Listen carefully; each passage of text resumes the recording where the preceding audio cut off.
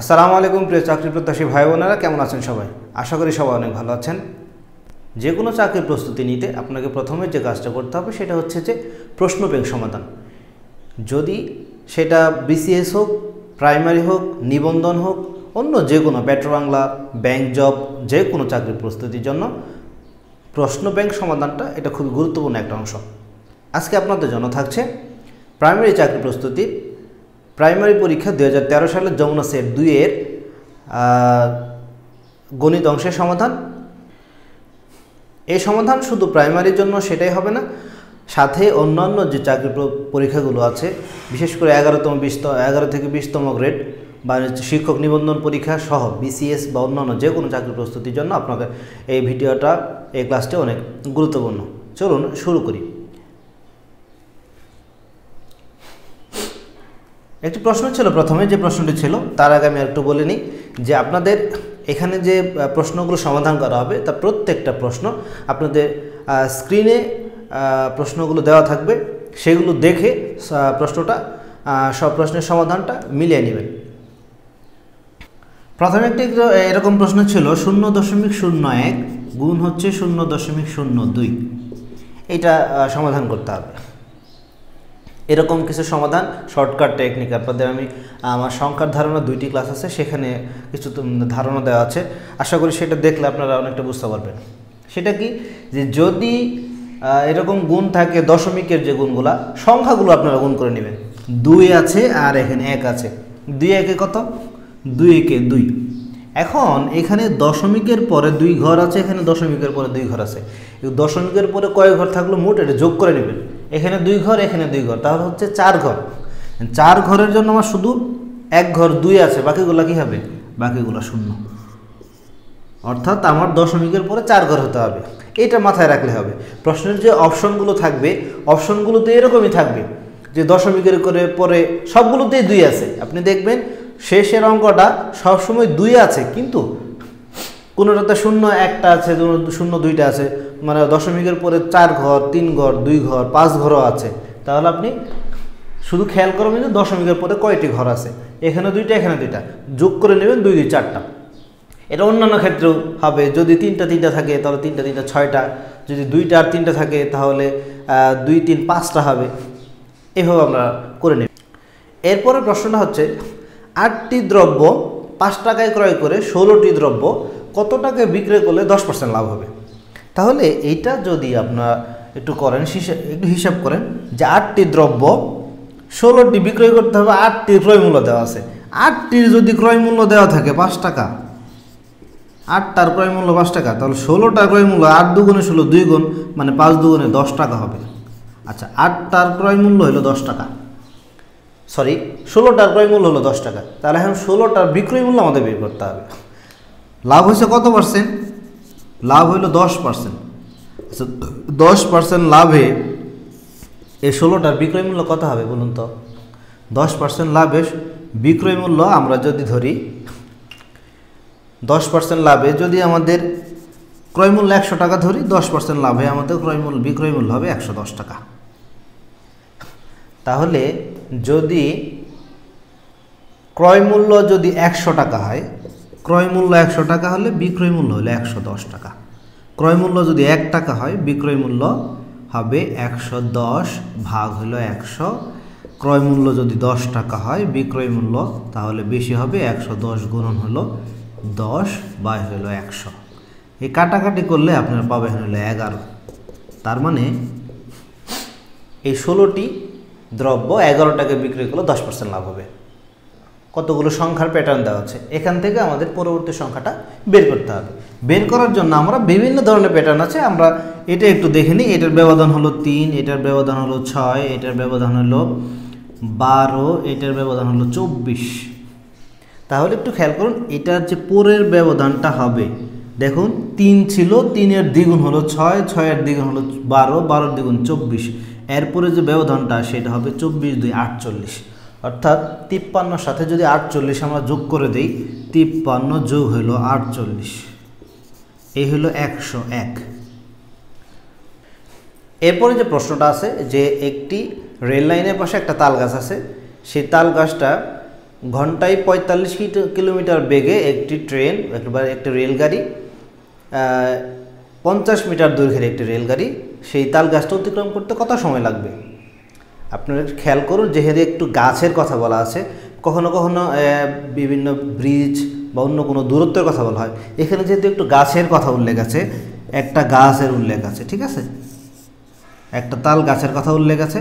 একটা ট্রেন যদি এখান দিয়ে অতিক্রম করে, তাহলে গাছটিকে অতিক্রম করতে ট্রেনের যে নির্দিষ্ট নিজের দূরত্বটা আছে সেটা অতিক্রম করলেই তাহলে গাছটিকে অতিক্রম করা হয়ে যাবে। তা ৪৫ কিলোমিটার পার ঘন্টা বেগে সে গাছটিকে অতিক্রম করেছে, তাহলে তার ৪৫ কিলোমিটার মানে হচ্ছে ৪৫,০০০ মিটার। এটা আমরা একটু মিটার করে নেব। ৪৫,০০০ মিটার ১ ঘন্টা, এটা ১ ঘন্টা মানে আমরা জানি হলো ৩৬০০ সেকেন্ড। যারা একটু জানি না এগুলো একটু মুখস্থ করে নেব, যে ১ ঘন্টায় আমরা জানি ১ ঘন্টায় ৬০ মিনিট, ১ মিনিট আবার ৬০ সেকেন্ড, ১ ঘন্টায় কত সেকেন্ড এটা অনেকেই জানি না, এটা একটু মুখস্থ করে নেব যে ১ ঘন্টায় ৩৬০০ সেকেন্ড। ১ মিনিট, ১ ঘন্টা হলো ৬০ মিনিট, আবার ১ মিনিট হলো ৬০ সেকেন্ড, এই গুণ করলে হয় ৩৬০০ সেকেন্ড।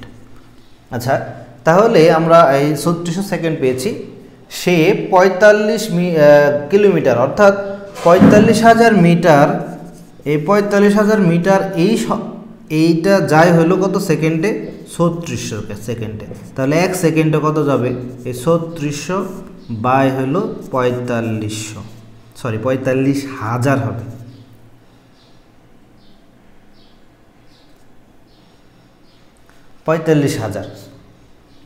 তাহলে ৪৫,০০০, তাহলে বলা হয়েছে যে কত মিটার? ১৫০ মিটার ট্রেনটি দীর্ঘ ছিল। তাহলে শুধু গুণ করে দিলে হবে, ৩৬০০ সাথে গুণ হলো ১৫০, নিচে হলো ৪৫,০০০। এটা একটু যদি আমরা কাটাকাটি ক্যালকুলেশন করি, এটা হবে ১১ সেকেন্ড। আশা করি বুঝতে পেরেছেন। এরপরে বলেছে লুপ্ত অনুপাত। লুপ্ত অনুপাত নির্ণয় করতে বলা হয়েছে, মানে সমানুপাত, এরকম একটা সমানুপাত দেওয়া আছে কত, যে ১২ অনুপাত হইল ১৬, ১২ অনুপাত ১৬, এটা সমানুপাত দেওয়া আছে, মাঝখানে খালি অনুপাত দিয়ে দেওয়া আছে হচ্ছে ২০, মাঝখানে এই অনুপাতটা দেওয়া নেই, আমরা এটা ধরে নিলাম হলো এক্স, তার মানে ১২ ১৬ সমান হবে এক্স বাই ২০। এটা একটু ক্যালকুলেশন করি আমরা, যদি ক্যালকুলেশন করি এখান থেকে এক্স সমান হবে ১২ গুণ হলো ২০ বাই হলো ১৬। যদি একটু কাটাকাটি করেন, কাটাকাটি করলে কী হবে? এটা হচ্ছে ৩ ৪ ১২, ৪ দিয়ে কাটলাম, ৪ ৪ হইলো ১৬, সরি ৪ ৪ ১৬, ৪ ৫ হইল ৪ ৫ ২০। তাহলে এই ৩ আর ৫ গুণ করলে হচ্ছে ৩ ৫ ১৫, অর্থাৎ এখানে যে অনুপাতটা এটা হলো ১৫। আশা করি বুঝতে পেরেছেন। এরপরে বলছে যে চালের দাম শতকরা 25%, মানে শতকরা 25 টাকা বৃদ্ধি পাইছে, চালের ব্যবহার শতকরা কত কমাইতে হবে? আমার যে শতকরা ক্লাসগুলো আছে সেই শতকরা ক্লাসের মধ্যে এইটা একটা অঙ্কটা করে দেওয়া আছে, অনেকগুলো অঙ্ক সেখানে আমি দিয়ে দিয়েছি। এটা মানে খুবই ইম্পর্ট্যান্ট একটা অঙ্ক, মানে প্রাইমারি এবং শিক্ষক নিবন্ধন পরীক্ষায় এটা আসে, তাহলে খুবই গুরুত্বপূর্ণ এবং এটা সিম্পল একটা জিনিস। আমি শুধু এমনি বলে দিচ্ছি যে প্রশ্ন সাধারণত আসা হচ্ছে যে 20% যদি 25% বৃদ্ধি পেলে শতকরা কত কমাতে হবে, আবার 20% যদি দাম কমে শতকরা কত বৃদ্ধি করতে হবে। এখন 25% যদি দাম বৃদ্ধি পায় তাহলে শতকরা কমাইতে হবে 20%। আপনারা চাইলে মুখস্থ করে নিতে পারেন, একদম ইজি জিনিস। সেখানে আমি আমার যে শতকরা ক্লাস আছে সেখানে একটা শর্টকাট ফর্মুলা দিয়েছি, সেটা আপনারা চাইলে দেখে নিতে পারেন। তাহলে যেটা বললাম সেটা হচ্ছে যে শতকরা 25% বৃদ্ধি পেয়েছে, আমাকে কমাতে হবে শতকরা 20%। যদি শতকরা 20% আমার দাম কমাই দেয় তাহলে ব্যবহার বাড়াতে হবে শতকরা 25% বাড়াতে হবে। কথা ক্লিয়ার? এখন যদি মাঝে মধ্যে একটা আসে যে শতকরা 20 টাকা বৃদ্ধি পেয়েছে, অর্থাৎ 20% দাম বৃদ্ধি পেয়েছে, আমাকে কমাতে হবে কত? কমাতে হবে হচ্ছে 16 সমস্ত 3/2 ভাগ, 16 সমস্ত 3/2% এটা ব্যবহার কমাতে হবে। আশা করি এটা বুঝতে পেরেছেন। তারপর প্রশ্নটি হলো যে এক ব্যক্তি ঘন্টায় 5 কিলোমিটার বেগে এক জায়গায় গেছে, সেখান থেকে আবার ঘন্টায় 3 কিলোমিটার বেগে ফিরে আসছে। এখন এই যাওয়ার এবং আসার তার গড় বেগটা কত হবে এটা বের করতে হবে। ঠিক আছে। অ্যান্ড 5 কিলোমিটার বেগে গিয়েছে, 1 ঘন্টায় সে গিয়েছে হলো যে 5 কিলোমিটার, আমরা ধরে নিলাম দূরত্বটা হলো এক্স। এই 5 ঘন্টায় গেছে হচ্ছে এক্স কিলোমিটার, তাহলে 1 ঘন্টায় কত গেছে, x/5। সিমিলারলি আসছে হলো 3 ঘন্টায় আসছে হলো এক্স, তাহলে 1 ঘন্টায় কতটুকু আসছে, x/3। এই দুইটা আমরা একটু যোগ করে নিব। যোগ করে নিলে কি হবে, x/5 যোগ হলো x/3, এটা যোগ করে লসাগু হলো 15, এটা হবে 3x 5x, এটা 8x বাই হলো 15। তাহলে আমার গড় বেগটা হবে কি, মোট দূরত্ব বাই সময়। এটা কিন্তু আমরা যা পেলাম এটা সময়, মোট দূরত্ব হচ্ছে x + x, অর্থাৎ গিয়েছেও x দূরত্ব, এসেছেও হলো x দূরত্ব। তাহলে x + x মানে হলো 2x, আমি একবারে লিখে দিলাম 2x, নিচে হলো কত 8x বাই হলো 15। আপনারা একটু কি এটা যে উল্টায় দেওয়ার যে উল্টায় যে দেই আমরা কি ভাগটা গুণ করে দিলে 2x ইন্টু হবে 15 বাই হলো 8x। x আর x কাটা যাবে, 4 এর সাথে যদি মানে 2 এর সাথে যদি 8 কাটাকাটি করি তাহলে হবে 4, তাহলে 15/4, 15 বাই হলো 4। এটা যদি আমরা মিশ্র ভগ্নাংশ করি বা দশমিক, উত্তরে আছে মানে এখানে এটা মিশ্র ভগ্নাংশ হচ্ছে এরকম 3 সমস্ত 4-এর 3, 3 4 12। আশা করি এটুকু বুঝতে পেরেছেন। এরপর হচ্ছে যে কোন শ্রেণীতে 20 জন ছাত্রছাত্রীর বয়সের গড় হচ্ছে 12 বছর। 20 জন ছাত্রছাত্রীর বয়সের গড় হচ্ছে 12 বছর। এখন আরও 4 জন ছাত্র নতুন ভর্তি হলো। ভর্তি হওয়ার পরে দেখা গেল যে তাদের গড় বয়স 4 মাস কমে গেছে। তো 4 মাস যদি কমে যায় তাহলে তাদের এই নতুন যে যারা আসছে তাদের গড় বয়স আসলে কত সেটা আমাদের বের করতে হবে। তাহলে আপনারা এটা কাজ করবেন, সেটা হচ্ছে যে কি, প্রথম যে কাজটুকু হলো, প্রথম যে কাজটা হচ্ছে সেটা হলো যে 20 জন তাদের বয়সের গড় ছিল হচ্ছে 12 বছর। তাহলে 20 জনের মোট বয়স কত, 20 জনের মোট বয়স হলো 20 গুণন হলো 12, এ হলো 240 বছর। এটা আমরা বের করে নিলাম। নতুন 4 জন আসলো, নতুন কতজন আসছে, নতুন যদি 4 জন আসে তাহলে টোটাল হবে 20 আগে ছিল, নতুন হলো 4, এলো 24 জন। 24 জন এদের গড় বয়স 4 মাস করে কমে গেছে। 12 থেকে যদি 4 মাস কমে যায় তাহলে হবে 11 বছর 8 মাস। 8 মাসের 8-এর যদি আমরা 12 দিয়ে ভাগ করি তাহলে কত হবে, 11 সমস্ত 2/3। হ্যাঁ, এটা হলো নতুনদের বয়সের গড়। তাহলে এটাকে আপনাকে কি করতে হবে, এটা একটু এই 24-এর সাথে গুণ করতে হবে। তাহলে 24 জনের মোট বয়স, 24 গুণন হলো 11 সমস্ত 3/2, এটা একটু করে নিন আপনার কি, মিশ্রকে অপ্রকৃত ভগ্নাংশে প্রকাশ করে নিলে 3 11 33, 2 হলো 35, নিচে হলো 3, তাহলে 35 বাই হলো 3। এটা একটু যদি আমরা কাটাকাটি করি, 3 8 24, 35-এর যদি 8 দিয়ে গুণ করি তাহলে হবে 8 35-এ কত হবে, 4 35 হইতেছে 140, 140 40 280। তাহলে এটা হলো আমাদের কি, এই 24 জনের মোট বয়স। তাহলে এখন আমরা এই 24 থেকে যদি 20 জনেরটা বাদ দিই, 280 থেকে 240, অর্থাৎ আগের 20 জনেরটা বাদ দিলাম, বাদ দিলে হচ্ছে থাকলো হলো 40। এই 40 জন হচ্ছে 40 বছর হচ্ছে যে পরবর্তী যে 4 জন আসলো তাদের মোট বয়স। অ্যান্ড এটাকে যদি আমি 4 দিয়ে ভাগ করে দিই তাহলে 10 বছর। এটা হলো আমাদের পরবর্তী 4 জনের বয়সের গড়। এরপর প্রশ্ন হচ্ছে যে চৌবাচ্চা নিয়ে প্রশ্ন প্রায়ই আসে, খুবই গুরুত্বপূর্ণ একটা প্রশ্ন। এটা শিক্ষক নিবন্ধন সহ অন্য যে চাকরি পরীক্ষাগুলো আছে প্রাইমারি সবগুলোতে আসে। তো এখানে হচ্ছে যে চৌবাচ্চা কি আছে, দুইটা চৌবাচ্চা, একটা চৌবাচ্চার 2টি নল মানে প্রত্যেকে একটা 10 মিনিটে আর একটা 15 মিনিটে পূর্ণ করতে পারে। মানে দুইটা নল যদি একা একা যদি পূর্ণ করে চৌবাচ্চাটি, তাহলে একটা 10 মিনিট লাগবে আর একটা 15 মিনিট লাগবে।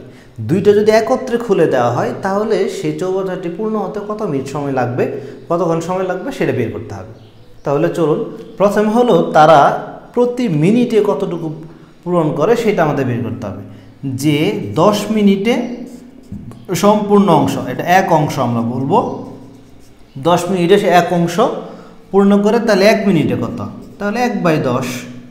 সিমিলারলি পরেরটা 15 মিনিটে পূর্ণ হয় এক অংশ, তাহলে 1 মিনিটে কত অংশ পূর্ণ হবে, 1/15।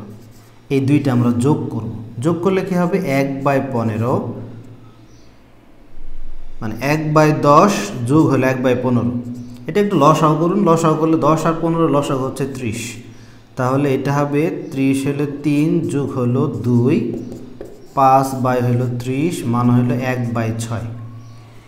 এই 1/6 অংশ পূর্ণ হতে সময় লাগে হচ্ছে 1 মিনিট। 1/6 অংশ, 1/6 অংশ এটা পূর্ণ হতে সময় লাগে হচ্ছে 1 মিনিট। তাহলে এক অংশ মানে হলো সম্পূর্ণ অংশ, তাহলে বেশি হলে এটা শুধু উল্টে যাবে, 1 গুণন হলো 6/1, তার মানে হলো 6 মিনিট সময় লাগবে। আসলে প্রশ্নটি ছিল ঘন্টায়, 10 ঘন্টায় আর 15 ঘন্টায়। আমি এটা মিনিট দিয়ে করেছি, ঘন্টায় মিনিটে একই কথা, শুধু এককটা মিনিটের জায়গায় ঘন্টা হবে। এই তো। এরপরের প্রশ্ন পিতা পুত্রের প্রশ্ন, এটাও খুবই গুরুত্বপূর্ণ। যে বলা হয়েছে যে বর্তমানে পিতার বয়স পুত্রের বয়সের 5 গুণ। 3 বছর বাদে অর্থাৎ 3 বছর পর পিতার বয়স পুত্রের বয়সের 4 গুণ হবে। তাহলে বর্তমানে পিতা ও পুত্রের বয়স কত?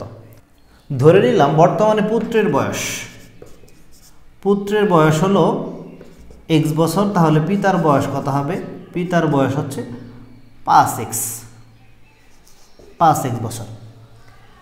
3 বছর পর তাহলে পুত্রের বয়স কত হবে? পুত্রের বয়স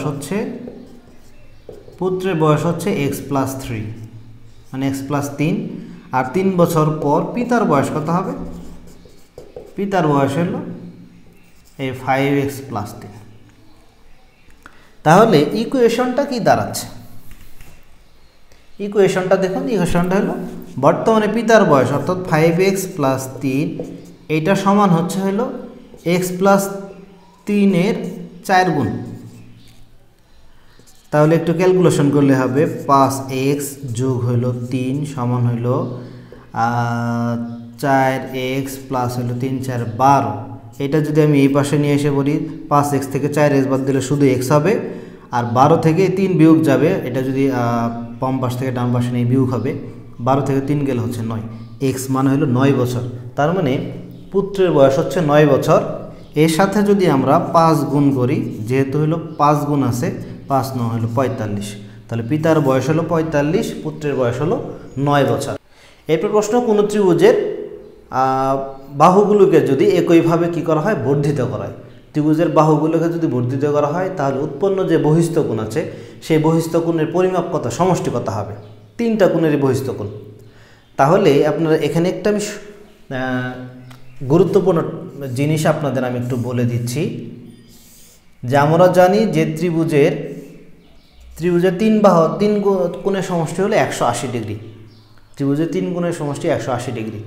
সেটা যে কোনো ত্রিভুজ হোক, সমকোণী হোক, স্থূলকোণী, সূক্ষ্মকোণী, যে কোনো ধরনের বাহু, সমবাহু, তারপরে হলো বিষমবাহু, সমদ্বিবাহু, যে ত্রিভুজই হোক না কেন, প্রত্যেকটা ত্রিভুজে যদি বাহুগুলোকে যদি বর্ধিত করা হয়, বাহুগুলোকে বর্ধিত করা হলে যাই কিছু হোক, মানে ত্রিভুজের 3 গুণের সমষ্টি 180 ডিগ্রি, এর যদি বর্ধিত করা হয় বর্ধিত গুণগুলো সমষ্টি এর দ্বিগুণ হবে, অর্থাৎ 180 গুণন 2 তার মানে হলো 360। এই ত্রিভুজের 3 গুণের সমষ্টি হলো 180 ডিগ্রি। 180 ডিগ্রি বহিস্থ গুণগুলো সমষ্টি হবে, তাহলে 180 গুণন হবে 2, এই 360 ডিগ্রি। এরপরে যে প্রশ্নটা হচ্ছে যে দুইটি পরস্পরসেদী বৃত্তে কয়টি সাধারণ স্পর্শক আঁকা যাবে? আমি স্পর্শক নিয়ে আর কিছু কথা বলছি, সেটা হচ্ছে যদি এটা আগে এটার উত্তরটা দেই, দুইটি পরস্পরসেদী বৃত্ত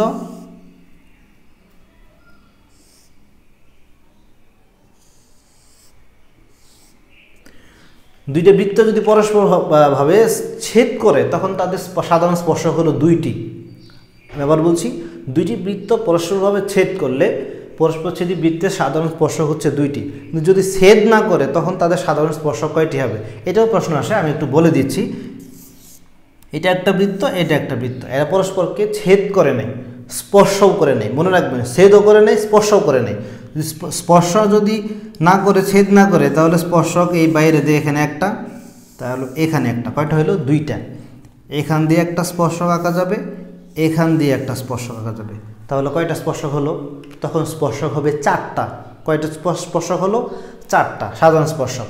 এখন যদি তারা পরস্পর বহিস্থভাবে স্পর্শ করে, বহিস্থভাবে যদি তারা স্পর্শ করে, তাহলে সাধারণ স্পর্শক কয়টা, এখান দিয়ে যাবে একটি, এখান দিয়ে যাবে হলে একটি, কয়টা হলো দুইটা, আর এখান দিয়ে আঁকা যাবে সাধারণ স্পর্শক একটি, তাহলে স্পর্শক কয়টা হবে, তিনটা। তাহলে মনে রাখবেন, যদি দুইটা বৃত্ত পরস্পরকে ছেদ করে তাহলে সাধারণ স্পর্শক দুইটি, যদি দুইটা বৃত্ত পরস্পর বহিস্থভাবে স্পর্শ করে তাহলে সাধারণ স্পর্শক হবে তিনটি। যদি দুইটা বৃত্ত পরস্পর স্পর্শ না করে তাহলে তাদের সাধারণ স্পর্শক হলো চারটি। মনে রাখবেন সবাই। এরপর একটা ফর্মুলা আছে যে x plus y whole square minus x minus y whole square is equal to কত। এটা আমরা 4ab সূত্র জানি, a plus b whole square minus a minus b whole square সমান হলো 4ab, অর্থাৎ 4xy। এরপরে এ প্লাস বি সমান সি হলে a cube plus b cube plus 3abc, এটার মান কত, এটার মান বের করতে হবে। চলুন একটু বের করি, এটা একটু ফর্মুলা ফেলি, যে a plus b whole cube minus 3ab into a plus b plus 3abc ছিল এ প্লাস বি হোল কিউবের মান কত, এ প্লাস বির মান হলো সি, তার মান হলো সি কিউব মাইনাস 3ab, এটার মান হলো সি, প্লাস হলো 3abc, এটা কাটা গেলে শুধু সি কিউব থাকে।